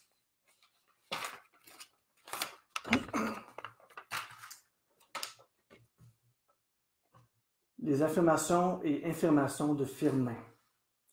Passé par les potences qui ne jouent plus à l'aigle, il appelle les tonnerres qui ont des gros ailes comme cure-dents. Cette famille éphémère s'insurge contre la fatuité des eaux. Il y a des règnes sous la terre. Les eaux ont des propos pour les bègues solennels. Miséricorde pour les mangeurs de fanions. Leur appelle 1000 fois. La réponse est dans un os. La réponse due.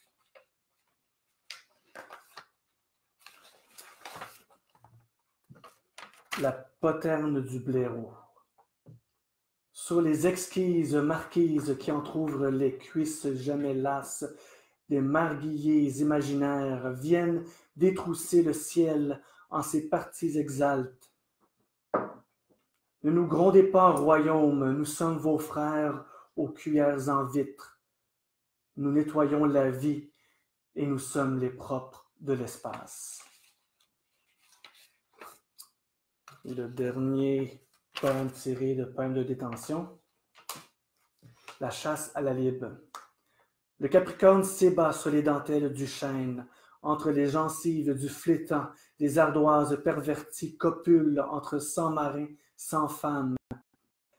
Les nègres guettent et leurs lèvres sont des bataillons de noirs cirages. Vive le drapeau que l'on ne vend pas pour sa cocarde. Les bernes s'éloignent au pas militaire. Je ne veux plus les voir. Les sangs de l'ivoire crépitent dans la fournaise de nos désirs épais, comme des quartiers de bœuf. L'Allemagne est abstraite pour Kombuchi. Ce sont les doigts qui appellent et la langue est une caresse pour les dents.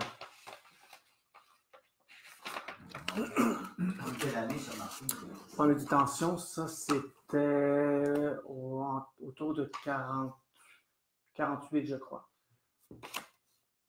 En même temps que le film de balle. Non, excuse-moi, il a signé le feu de balle en 48. C'était dans les années 50. Je ne pourrais pas dire ouais, ça devait être en 52. Je sais pas, faudrait. J'aurais dû traîner le livre avec moi. Mais je vois. Publiez comme vos appareils. C'est un appel à tous. Là, tu as écrit un texte aussi? J'ai écrit un texte aussi que j'ai appelé Le don de soi. Ça, c'est de toi. Ça, c'est de moi, oui. D'accord. Donc, c'est dans la solitude la plus angoissante que se blottissait le poète en quête d'éternité. L'encâtre mur de blanchâtre salin lui procurait un abri traître et engourdi. Ses pieds, au bas noircis par la poussière de 100 000 sculptures de terres anéanties, en un violent souffle créateur, foudroyant, ininterrompu, salissaient les heures au moment de s'appuyer pour écrire. Le poète portait sous son chemisier les cicatrices d'un vécu à avoir trop aimé, d'une passion éthérée qu'aucun langage ne saurait pondre, que l'ouïe de personne ne savait entendre, mais qui emportait dans son verbe l'alchimie épurée des anémones préhistoriques. Enfermé dans cette cellule depuis des années, ce monument des mots retrouvait sa liberté dans les bras de souvenirs endoloris que parfumait l'éloge de sa poésie. La page l'observait du sommet de sa virginité et la plume se pendait au bout de ses doigts, gémissant tout bas le nom de celle qui ne reverrait jamais. Le silence tapissait la minuscule chambre d'un néant crépusculaire et l'ombre du poète cherchait à s'évanouir sous les draps. Il occupait un petit tabouret, humblement installé derrière un pupitre d'écolier. Sa carrure mi-lourdeau et mi-vulnérable prenait 3 fois l'espace de son siège. Ses mains aux doigts gonflés par l'agonie des âges se tenaient contre la surface plane de sa table de travail. Il attendait l'inspiration, mais dans un esprit automatiste, ça voulait dire le courage, l'abandon. Au moment d'alourdir ses paupières, au moment de porter ses mains à son front, comme s'il voulait méditer sur une prière, la respiration de l'ascète en habit d'hôpital murmurait quelques syllabes inaudibles. Une litanie vocable qu'il laissait flotter au-dessus de cette table, à la croisée d'un hurlement animal et d'une glossolalie monastique. L'air se tranchait en fines lamelles au moment de fondre entre ses bronches, emportant avec elle l'âme de milliards de civilisations moléculaires migrant à l'intérieur de millions de caravanes gitanes à la liberté absolue, baignant même les cellules du Créateur. Et ces murmures formaient mur à mur des guirlandes d'Irlande et d'outre-tombe, comme un tressaillis de tressage bouilli qui poussait le verbe hors de la parole. Les convulsions venaient à s'étendre à travers ses sentiments les plus tendres, sans laisser de traces, sans même laisser la place à un paisible commensurable. Il n'y avait plus que lui, uniquement sa conscience apposée contre la glace de son corps, parasite, frappant cette surface pour en sortir. Exister, il faut exister, être, aisément être. Mais des bruits extérieurs venaient le rappeler à l'ordre.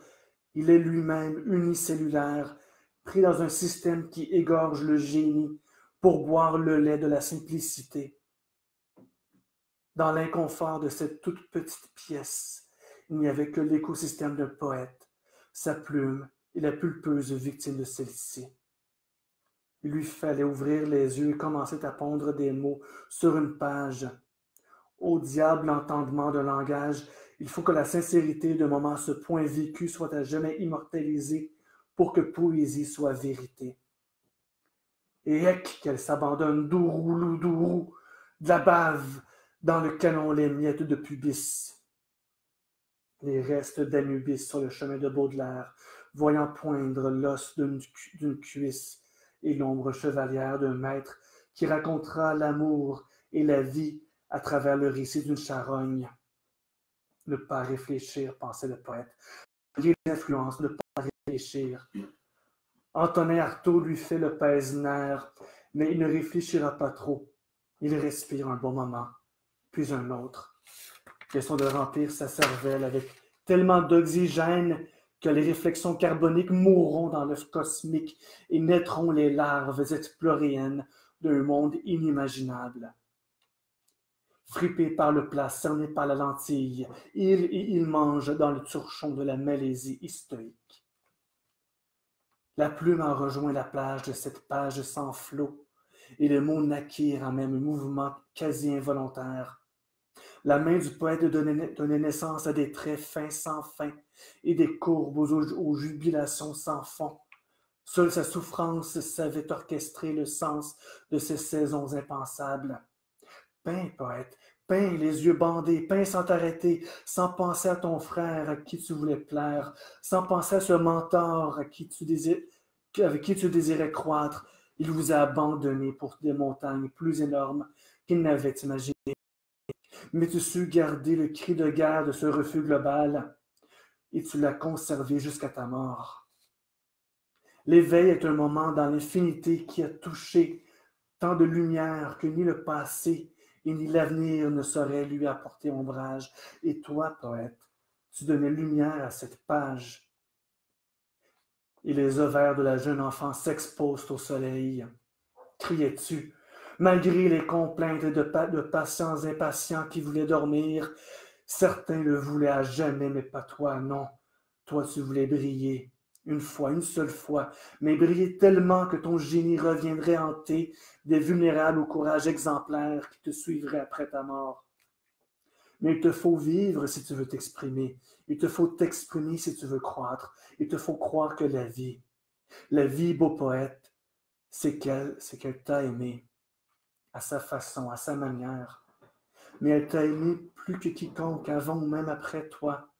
Elle t'aimait, mais elle ne s'aimait toi, tu voudrais qu'elle soit éternelle, pour que des générations entières et toutes les nations contemplent l'amour que tu lui as offert dans le temple des saints retournés en enfer. Le solipsisme est une plaie. Et si tu portais la plume à ton poignet, ta main à ton poignard, et si tu forçais la note contre ta veine, percer la peau avec la pointe, observer le sang former une frêle flaque contre la commissure du stylo qui ferait figure de proue à travers l'océan de cette nouvelle douleur. Et si tu creusais depuis la pointe ta chair pour fendre la veine et laisser le sang gicler à travers le tube de ta plume et remplacer l'encre, déplacer l'encre, reprendre les mers amères et voguer à travers le verbe pour ne laisser qu'une marque. Alors, tu regardais le rouge remplacer le noir, la blessure te donnait l'espoir, et même si les patients impatients hurlaient plus fort d'inspiration, et même si les gardiens de cette raison irraisonnable venaient à te maîtriser, tu finirais ce poème, cette raison d'exister. Même si ta chair se fendait en un gouffre de beige et de rouge aux parois rosées comme le vin qu'elle buvait jusqu'à n'en perdre connaissance. Même si ton bras s'ouvrait en lambeaux imbibés d'encre, comme des tatouages abstraits s'agrippant à ton derme, à la manière de démons qui ne veulent pas sombrer dans ce gouffre de flammes et de sang, ton sang à toi jaillira comme un million de geysers, ridiculisant le désert d'incultes qui refusent la musique de tes allocutions. À chacun sa liberté, criais-tu, sans même t'arrêter d'écrire, sans jamais écouter l'écho de l'illusoire. La page n'était plus vierge, elle portait l'enfance ensanglantée de ta noble engeance. C'était surtout son enfant à elle, celui qu'elle a tant désiré, mais qu'elle a sacrifié sur l'autel de son ambition, le jour de ses 18 ans, au jour des femmes opprimées. Toi, tu l'avais compris au théâtre quand vous aviez 13 ans. Tu étais un féministe masculin bien avant ton temps. Elle l'était, ton étincelle. Le monde brûlait entre vos doigts, mais l'univers lui renaissait. Racorni, Cuborni, Astipo, Malitipar, Fracleur. Elle est immortelle, ton heure. Les nouveaux-nés ont tous des noms d'émeraude. Le social ternit le sens, et le sens se perd dans l'idéal narcissique. Mais l'enfance est une clé vers l'absolution absolue, des initiations aux inassouvis, souvent laissées sous vide, savant la vie border l'avant-bras d'une plaie ouverte, une plaie ouverte, une plaie ouverte. La douleur te montait à la tête et la plume se gavait comme un vampire devant la page nymphomane qui en redemandait. Saoule-moi, poète, saoule-moi d'un milliard de graffitis à la spiritualité incomprise. Cette main qui portait la plume s'est remise à écrire avec ton sang qui traçait une calligraphie aux caractères éperméables, chargeant comme l'orignal pour fendre les portes et libérer l'esprit de ta tendresse condamnée. Tu finiras ce poème jusqu'à n'en perdre ton souffle. On te retrouvera mort au bout de ta corde, la page portant le glaive qui t'a achevé. Et on dira après ta mort, il était de cette race de génie que l'univers ne verra qu'une fois. Mais non, tu dois vivre, poète, vivre jusqu'à voir le fruit de ton abandon porter tes entrailles au cœur d'une Bible athée. Vivre jusqu'à entendre l'écho de ces vierges incendies qui marcheront dans tes pas et tes cendres, descendre plus bas dans l'enfer enfermé des géniteurs de solitude. Vivre, car cette société qui te voudrait marginale jusqu'à en être déclaré fou, schizophrène, elle n'aura pas le privilège de ternir l'éclat de tes jappements à la lune. C'est en étant droit comme le bronze que tu diviseras le vent. Et tu porteras la modernité d'une littérature sur tes larges épaules. Ta poésie portera à jamais cette flamme au-dessus d'un courant surréaliste qui, jadis, a dit à un peuple de porteurs d'eau que refuser l'oppression et la peur s'est foncé dans l'incertitude, comme un minotaure écornant l'auteur de son labyrinthe, sans regarder derrière. Le courage, c'est un élan automatiste qui pousse cette comète progressiste vers des terres conservatrices qui brûleront et brûlera la haine d'une culture ensemencée de peur et de regret. Il ne restera, quand l'ange défenestré aura atteint le pavé, que poésie et l'accalmie d'un lecteur, découvrant un langage porteur de lumière et de courage. Il ne restera, quand l'alchimiste empalé à la clôture, l'étude félicité, qu'une psalmodie chantée à travers les mondes, pour que la beauté transcende les âges et les ondes, pour que les cycles de l'or se souviennent. Il ne restera, quand tu auras terminé ce poème, qu'un souffle essoufflé, un bain de ton sang, le vin de tes sens et l'essence informelle de cette poésie qui, un jour, tombera en amour avec un ange, 11e nom de la grande divinité. Au pied de celui-ci, devant un lac sans flot, une page flottera, et sur celle-ci, on pourra lire ces quelques mots. C'est dans la solitude la plus angoissante que se blottissait le poète en quête d'éternité. L'encâtre mur d'un blanchâtre salin lui procurait un abri traître et engourdi. Ses pieds au bas noircis par la poussière de 100 000 sculptures de terre anéanties en un violent souffle créateur, foudroyant, ininterrompu, salissaient les heures au moment de s'appuyer pour mourir. Le poète portait sur son chemisier les cicatrices d'un vécu à avoir trop aimé, d'une passion éthérée, qu'aucun langage ne saurait répondre, que l'ouïe de personne ne savait entendre, mais qui emportait dans son verbe l'alchimie épurée des anémones préhistoriques. Merci.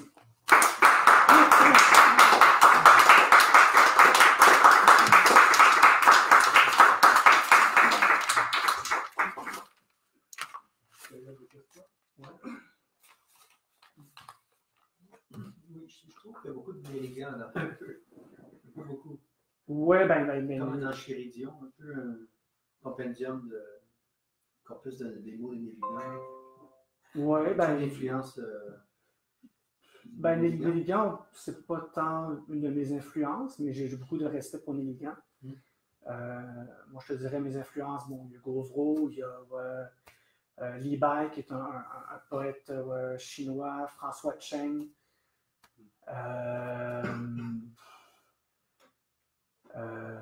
Baudelaire, Lamartine, ça c'est pas mal mon cercle d'influence. Ouais. Gauvreau, tu l'as rencontré quand? Dans un cours de cinéma au cégep, on a regardé dans l'intégralité le film La nuit de la poésie. Et ça a été un coup de foudre. Ça a été, avant même que je commence à lire sa vie, juste le voir se tenir debout et diviser l'opinion du public. Tu en avais la moitié qui le huait, l'autre moitié qui disait fermez vos gueules. Et lui, qui demeurait immobile, qui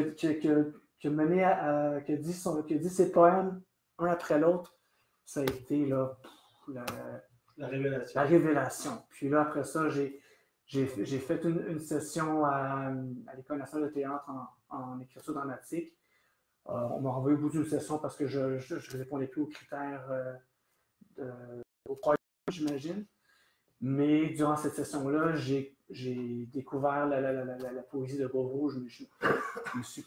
J'ai dévoré ses pièces, son théâtre. Puis quelques années après, j'ai déménagé à Toronto. Et là, je me suis acheté ses œuvres complètes. Puis là, à Toronto, j'ai vécu 7 ans à Toronto dans les années où j'étais très solitaire, très dans mon monde, dans mes projets. Donc, on dirait que j'ai connecté pas mal plus avec les années de détention de Gauvreau qu'avec sa poésie durant cette période-là. Quand je suis revenu en 2006 à Montréal, je me suis dit, je vais écrire sa vie, je vais écrire un scénario. J'ai terminé le scénario en 2011. Et là, il y a un producteur qui a mes scénarios. On est parti, on a eu la SODEC nous finançait, on était parti sur une go, puis finalement, à la dernière minute, les ayants droit ont voulu nous accorder les ayants droit. C'est qui les ayants droit? C'est son frère, mais, qui est décédé. Qui est décédé, donc c'est la veuve de son frère. Donc la veuve de son frère n'a pas voulu signer pour nous accorder. Pour quelle raison? Elle ne voulait plus baigner dans cet univers-là. Elle voulait plus. Elle était en deuil aussi là, de la mort de Pierre Gauvreau. Donc il y avait plusieurs raisons. Donc ça fait longtemps, ça. Ça Ouais. fait longtemps que la chicane est poignée, là. C'est parce que Pierre Gauvreau ne voulait pas publier les œuvres critiques complètes. Pour quelle raison? Parce que lui, c'était un critique acerbe, comme une connaissance inouïe de la littérature, du théâtre et tout ça. Ça fait que, il punchait, là. C'est ça, ils ont refusé de publier les. Excuse-moi, c'est le frère? Oui. Ouais. C'est le frère donc, Ouais. qui n'a pas voulu. Ouais, qui est un peintre, qui est un réalisateur. Oui, ça, d'accord, mais il n'a pas voulu. Pour quelle raison? Un fou dans la famille, c'est jamais bien vu. Ouais. Ils ont été publiés en 68 quand même. C'est des œuvres complètes. Puis c'est Gérald Godin. C'est Gérald Godin qui est le plus publié, parti pris. Et là, Puis- c'était pour faire un film de. Moi j'ai écrit. Toi, C'était quoi? C'était j'ai un écrit- film de sa vie? À la base, je voulais écrire sa vie, mais le producteur a dit non, tu vas écrire son histoire d'amour tragique. Là. Donc, c'était simplement l'histoire d'amour? On s'est concentré sur l'histoire d'amour entre lui et Muriel Guilbeault. D'accord. Et la Famille. famille, en fait, mais c'est même pas la famille, c'est la sœur, la belle-sœur. Non, c'est la veuve de Pierre Oui, non, Gauvreau. enfin, sa Sa belle-sœur, belle-sœur, ouais. qui n'a pas voulu que cette histoire soit mise au grand jour. En fait. C'est ça, c'est parce que nous, on avait besoin de l'accord des ayants droit. Fait que. Puis Parce qu'il aurait fallu avoir un accord aussi. Il aurait fallu qu'il y ait un accord. Non, pas Muriel.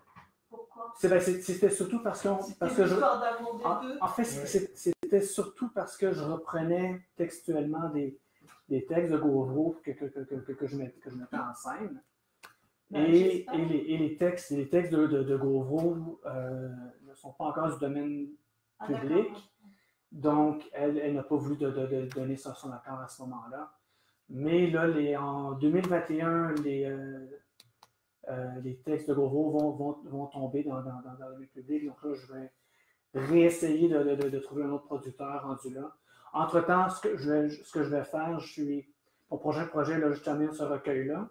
Et mon prochain projet, ça va être de traduire ou de transposer mon scénario en roman. Donc, je vais écrire le roman de mon scénario. Donc, puis d'ici à ce que mon roman soit terminé, j'aurai plus besoin d'accord des ayants droit parce que sa poésie va être du domaine public rendu là. Moi, j'ai une autre question. On a publié il y a quelques années la biographie de Miron et puis celle de Saint-Denis Garneau.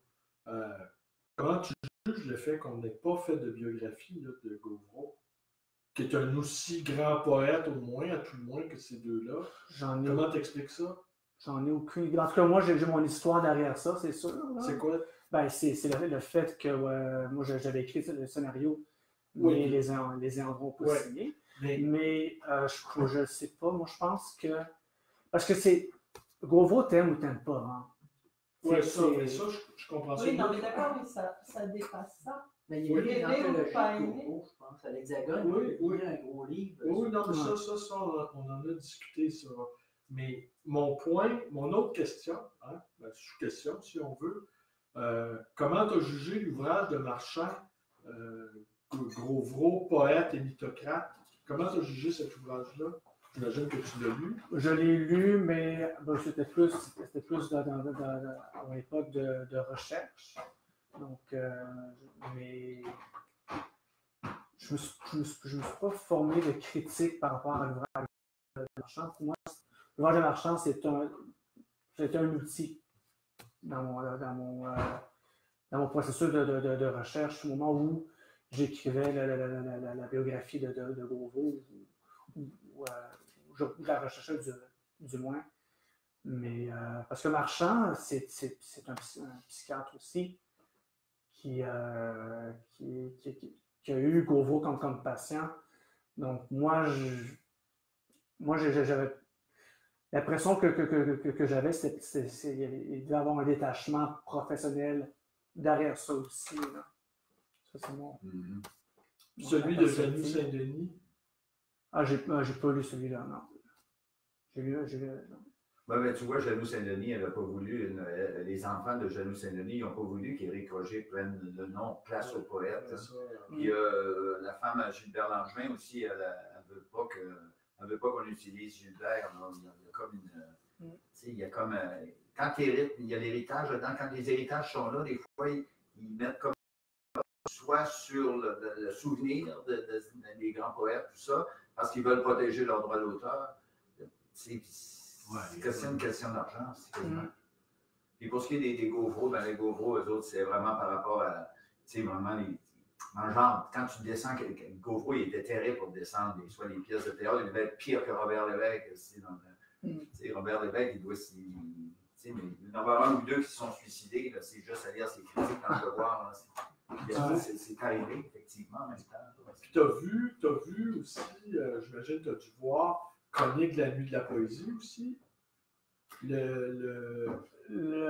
a 3 ans, les 2 réalisateurs, Labrec et Mars, ont sorti Les Roches inédits. Oui. Tu l'as vu, ça? Oui, je l'ai vu, ça. Puis, je l'ai vu, tu as dû être sur le cul de l'assurance avec laquelle, parce qu'on voit Gauvreau qui répond à des questions, je ne sais pas si c'était à des jeunes membres du public, et avec quelle assurance, avec quelle assurance il répond aux questions. C'était assez formidable, ça, non? Ben oui, puis moi, c'est un élément du personnage et de l'homme qui m'a profondément inspiré, parce que moi, j'ai toujours été une personne très, très réservée, très timide, très dans ma bulle, dans mon univers, et de le voir s'affranchir et affranchir son univers à lui, puis nous le mettre en pleine face avec cette assurance-là sur scène. Moi, ça me scie. Oui, moi aussi, d'ailleurs. Le dernier commentaire. Tu as lu la correspondance avec Jean-Claude Dussault? Oui. Lettre à un fantôme? Non, moi, j'ai chez moi sa correspondance avec Bordua. OK. Tu n'as pas lu celle avec Dussault? J'ai pas lu celle avec Dussault, non. Non, parce que Chez Orphée. Non, c'est l'Hexagone. Ouais, Je pense que c'est les lettres de New York chez Orphée, de Gauvreau. Ouais. Les lettres de New York sont fantastiques, comme on dit, parce que là, tu vois que le bonhomme, Gauvreau, il connaît son histoire de l'art. Là. Ah ben oui. Oui, déjà dans la correspondance avec Bordua aussi, là, il y a une lettre où là, il répond à Bordua, parce que Bordua avait été voir l'exposition de Jackson Pollock, puis Bordua avait été ébloui, puis il avait dit, regarde, notre mouvement automatiste, c'est rien comparé à ce que les Américains font. Et là, Gauvreau l'avait lessivé, là. Mais qu'est-ce que tu racontes là? C'était là, c'était de toute beauté. Puis... Excuse-moi, tu as un bon point que tu soulèves là, parce qu'aujourd'hui, tu as des historiens américains de l'art qui jugent que l'art moderne est né à Montréal. Tu comprends qu'au fond, l'art moderne. Écrit sur l'art. Oui, ça, non. Que littéralement, l'art contemporain est né à la suite du refus global avec les œuvres de Bordua, surtout Bordua et sa période new-yorkaise, et Riopelle. Et là, les historiens, en tout cas, beaucoup d'historiens américains disent non, parce que on est passé de Paris à New York, si on veut, dans le mouvement de l'art, mais qu'en réalité, la vraie histoire, c'est à Montréal qu'elle s'est jouée. Et je peux comprendre qu'un Gauvreau, tu dis non, Jackson Pollock, là, oubliez ça, Bordua. Ouais. Ça, j'imagine sans peine son grondement. J'imagine sa mise en situation de ce qui est pour de vrai, au fond. En tout cas. Et puis là, ça t'accompagne toujours? Oui, ben c'est ça. Là, je pense que je suis inspiré à l'idée de transposer mon scénario en roman. Puis, je pense que dans les années 2020, Gauvreau va avoir son film à l'écran, j'en suis convaincu. Ah, c'est bon parce que notre ami Boisvert a son film à l'écran aussi, 12 nominations au gala Québec Cinéma. Ouais. C'est le jeune cinéaste, son premier film. Un film sur un poète, puis il donne 12 nominations. Avec Martin Dubreuil. Avec Martin Dubreuil dans le rôle de Yves Boisvert. Oui, à tous ceux qui ne me liseront pas. À tous ceux qui ne me lisent pas. Ne lisent pas. Que j'ai écouté parce que moi, je fais partie quand même du jury pour Québec Cinéma. Donc, j'ai nommé Martin Dubreuil meilleur acteur, meilleur scénario. Donc, dans ce film-là, il m'a... Bon, mais par contre, mon dada pour la cuvée de 2019, c'est Une colonie. Le film Une colonie, là, de toute beauté. C'est le meilleur film québécois de l'année? À mon avis, c'est le meilleur film québécois de l'année. Quelle partie? On l'a pas vu. Geneviève Deslandes, je crois.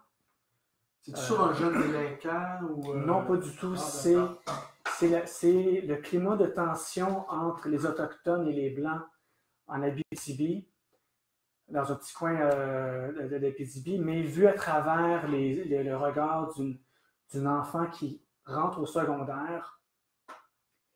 Et c'est un film coming of age. Donc, tu as cette réflexion sociopolitique-là, mais interprétée à travers le regard d'une pré-ado. Et c'est là. Moi, là, je suis tombé sous le charme. Là. Okay, donc, ce film-là a eu ton vote. Il a eu mon vote, oui. D'accord. On a des scoops, on a un scoop. Un jury, membre d'un jury, as-tu le droit de dévoiler comme ça? Ben là, le vote a été pris. Le vote a été pris, ils sont en train de comptabiliser. Là. Okay. On sait que tu soutiens le film. Ouais.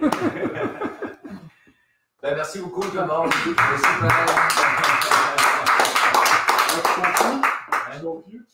conclue pas, conclue, toi. D'accord. Moi, je vais conclure juste le 30 avril à mon show de clôture. Ben voilà, 1h42, on est pas mal bon. Alors, écoutez, ben, je vous remercie d'être là. Je vous remercie d'être si nombreux.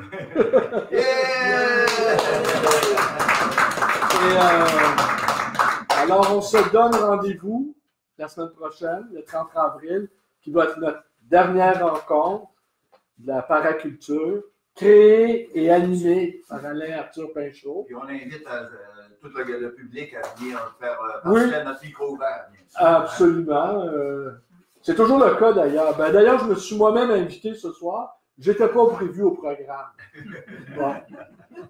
Ce qui est vrai. Mais Alain, sur sa lancée straramienne. Comme disait Roland Barthes, cité par Patrick Strarab, soyons notre propre historien. Voilà, soyons notre propre historien. Allez, merci à tous. Bonsoir.